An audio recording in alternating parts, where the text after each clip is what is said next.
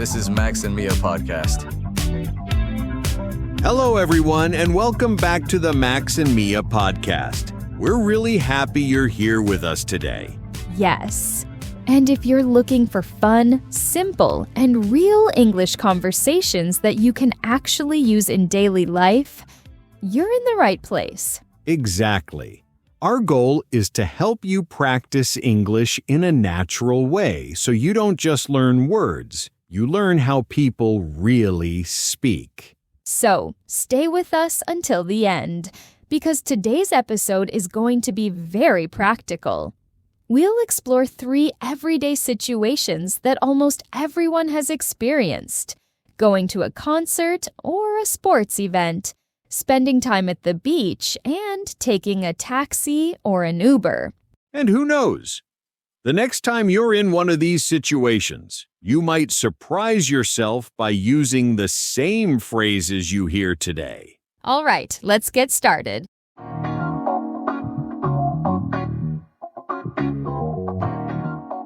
Before we start, let's clear something up.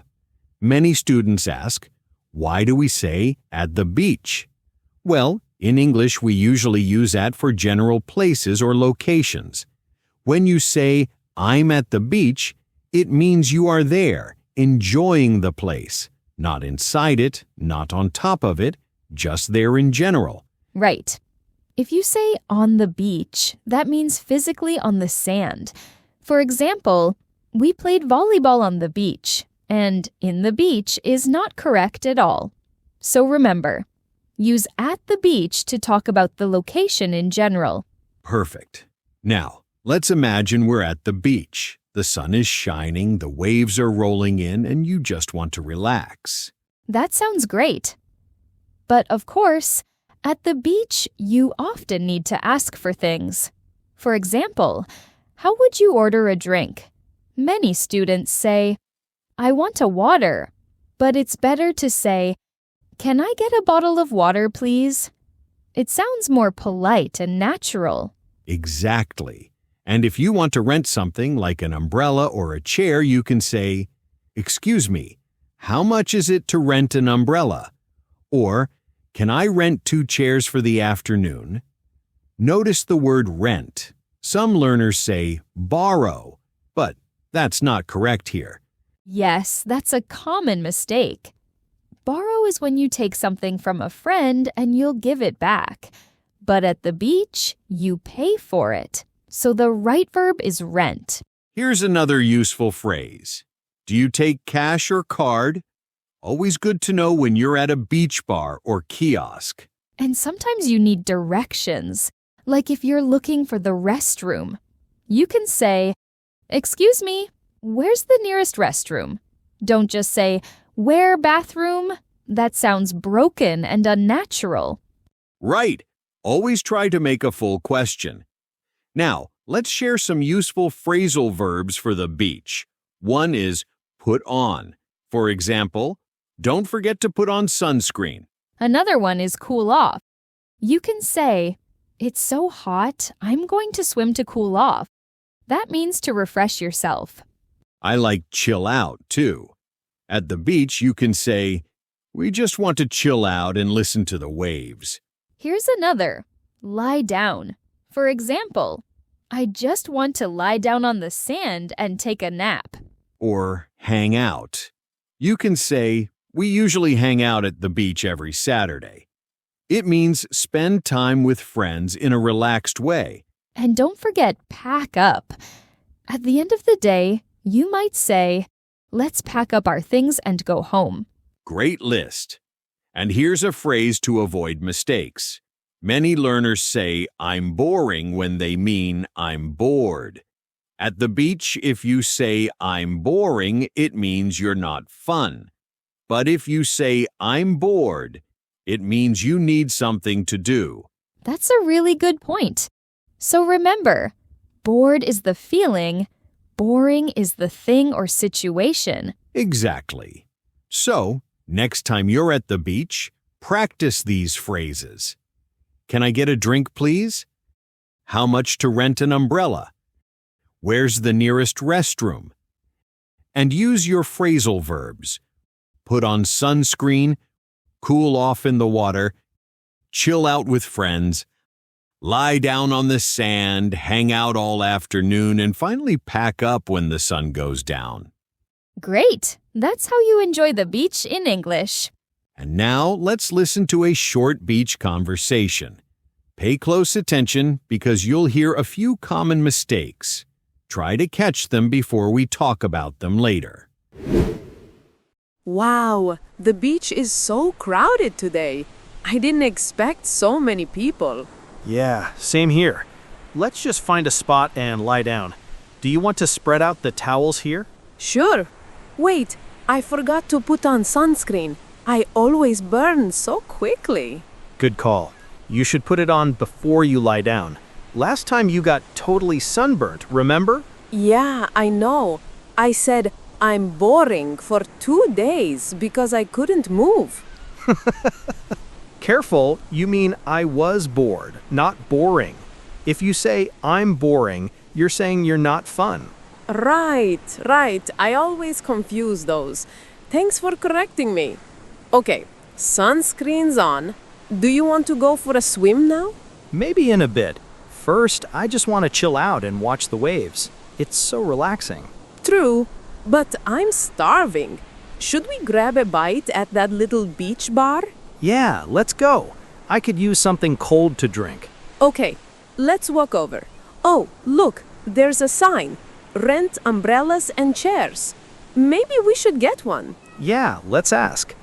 Excuse me, how much is it to rent an umbrella? $10 for the day. That's not bad. We'll take one, please. Do you take card or just cash? Cash only. All right, here you go. Perfect. Now we won't roast in the sun. Great. Now, let's grab that drink. Hi, can I get a bottle of water and a lemonade, please? Sure. Anything else? I'll take some fries. Oh, wait. How do I say it? Fries or chips? Good question. In American English, it's fries. In British English, it's chips. But if you say chips in America, they'll give you potato chips from a bag. Oh, that's confusing. Okay, fries then. Thanks. Coming right up. This is nice. I love hanging out at the beach. Me too. It's the best place to cool off. After we eat, let's go swim. I want to dive into the waves. Sounds good. But don't swim too far out. The current looks strong today. Don't worry, I'll stay close. By the way, did you bring a book? Yeah, I packed up The Old Man and the Sea. Felt appropriate for the beach. Nice choice. I just want to lie down and take a nap after swimming. Fair enough. Oh, and let's remember where we put our stuff this time. Last summer we couldn't find our towels after swimming. Yeah, I kept asking people, "Where my towel?" And they looked at me so confused. You should have said, "Do you know where my towel is?" Or, "I can't find my towel." Grammar matters even on the beach. True, I'm learning. Okay, let's eat, then swim, and finally pack up before it gets too late. Deal. Today is going to be perfect. That was such a nice and natural beach conversation. Did you notice some of the mistakes? For example, Anna said, "I'm boring" instead of "I'm bored." That's a very common mistake. Remember, bored is the feeling. Boring describes the thing. Yes, and another mistake was when she said, "Where my towel?" That's not a complete question. A better way is, "Where is my towel?" Or, "I can't find my towel." Exactly. But there were also a lot of good expressions and phrasal verbs. Put on sunscreen, lie down on the sand, grab a bite, hang out, cool off in the water, and pack up at the end of the day. Right. These are super useful if you're planning to visit the beach in an English-speaking country.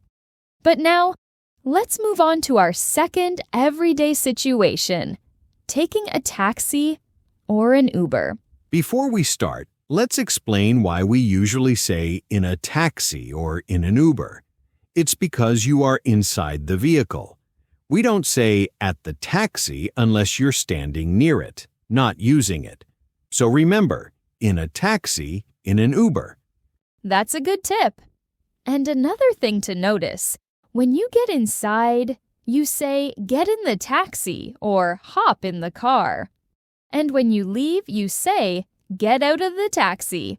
Many learners just say go down or leave taxi, but that's not correct. Exactly. And sometimes the driver will ask, where to? That's very common and informal.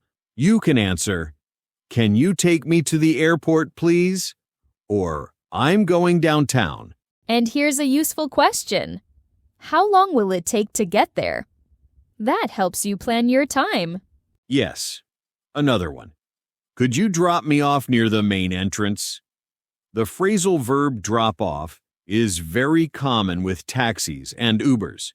And pick up too. You can say, can you pick me up at 7 p.m.? A very natural phrase is, could you turn on the AC, please?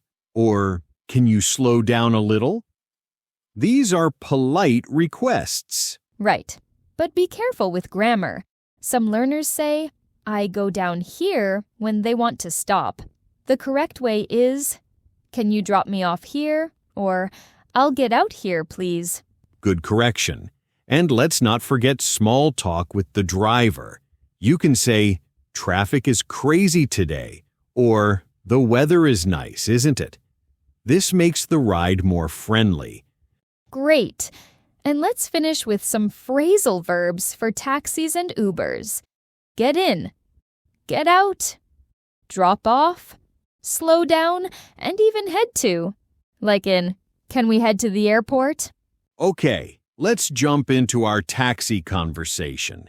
Keep your ears open. There are a couple of grammar slips and word choice mistakes in there. Can you catch them before we talk about them? Hi there. Is this the Uber for Laura? Yes, that's me. Please, hop in. Great, thanks. Wow, it's hot today. Could you turn on the AC, please? Of course. So, where are you heading? To the Central train station, please. I need to catch a train at 4:30.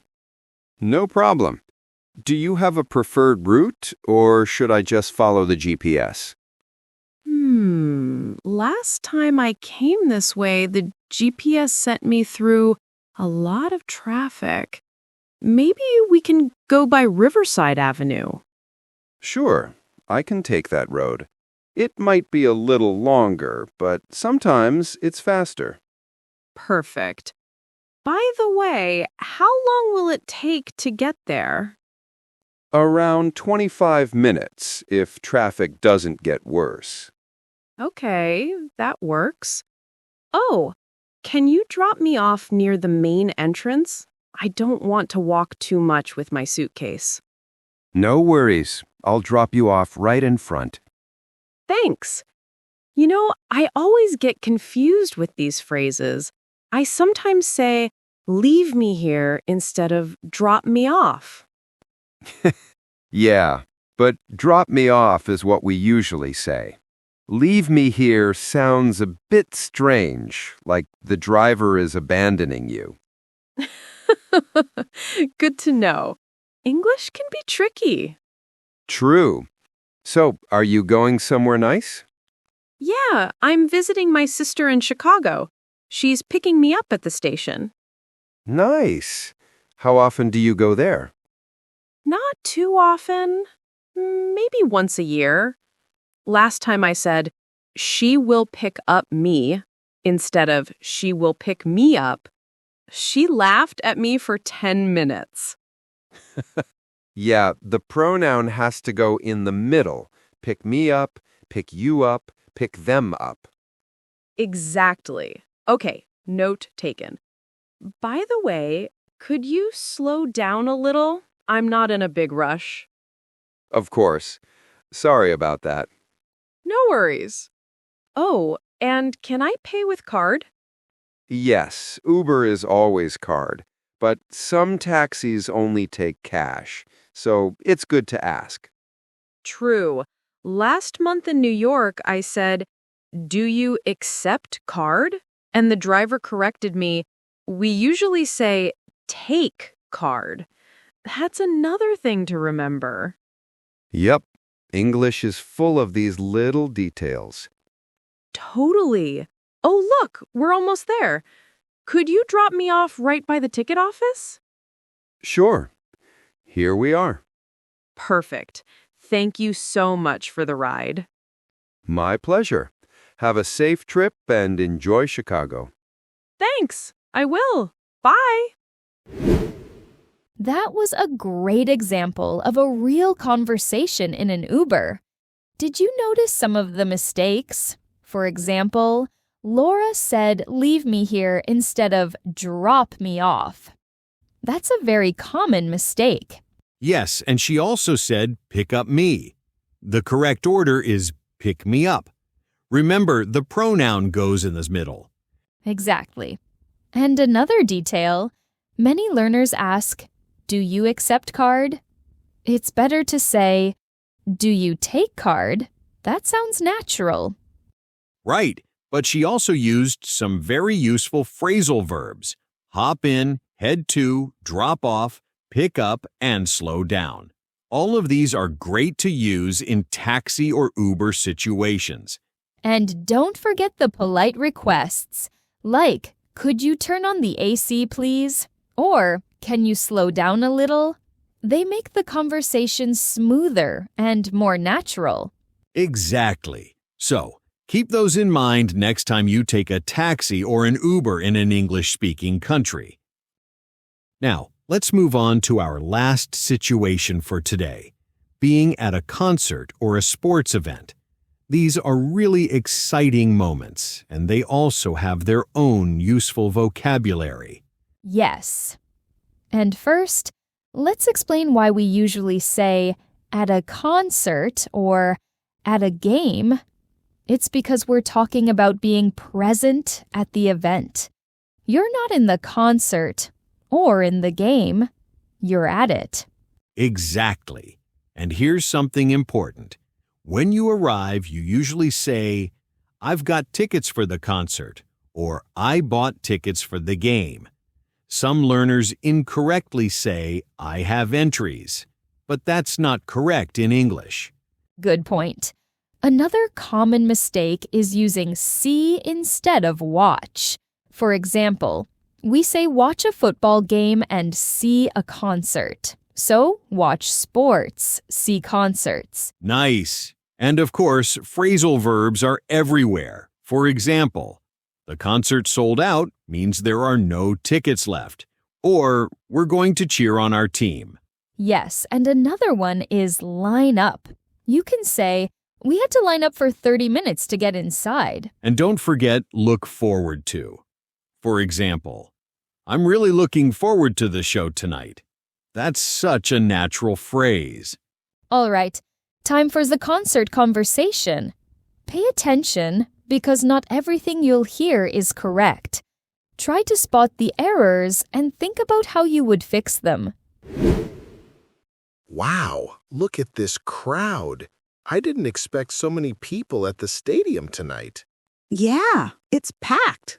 I'm glad we showed up early. Otherwise, we'd still be lining up outside. True. By the way, where are our seats? I always get lost in big arenas. Let me check the tickets. We're in section B, row 12. So we just need to head over there. Okay, cool. Hey, do you say, "I have entries for the game"? I heard someone say that. No. You should say, "I have tickets for the game." Entries is not used in this context. Got it. Good to know. Oh, and look, the game hasn't started yet. People are still warming up. Yeah, it's fun to watch the players warm up. Wait, can we buy some snacks before it begins? Sure, let's grab something. I could use a soda and maybe some popcorn. Excuse me, can we get 2 sodas and a large popcorn, please? That'll be $15. $15? That's crazy. Stadium food is always overpriced. Yeah, but it hits the spot. Here you go. Thanks. Okay, let's head back to our seats before it gets crowded. Good idea. Wow, look at the fans. Everyone's cheering already. Yeah, they're chanting the team's name. It's so exciting. By the way, do we say see the game or watch the game? You watch a game, but you see a concert. That's the difference. Ah, right. I always mix that up. Thanks. No problem. Oh, look, the players are coming onto the field. This is the best part. Everyone's standing up to cheer. Come on, let's cheer on our team too. Woohoo! Go team! My voice is already breaking. Don't lose your voice in the first 5 minutes. Too late. By the way, did you hear that the last game was sold out in just 2 hours? Really? Wow. People must really love this team. Yeah, and I was so looking forward to today. I've been waiting all week. Me too. Oh, the game's starting.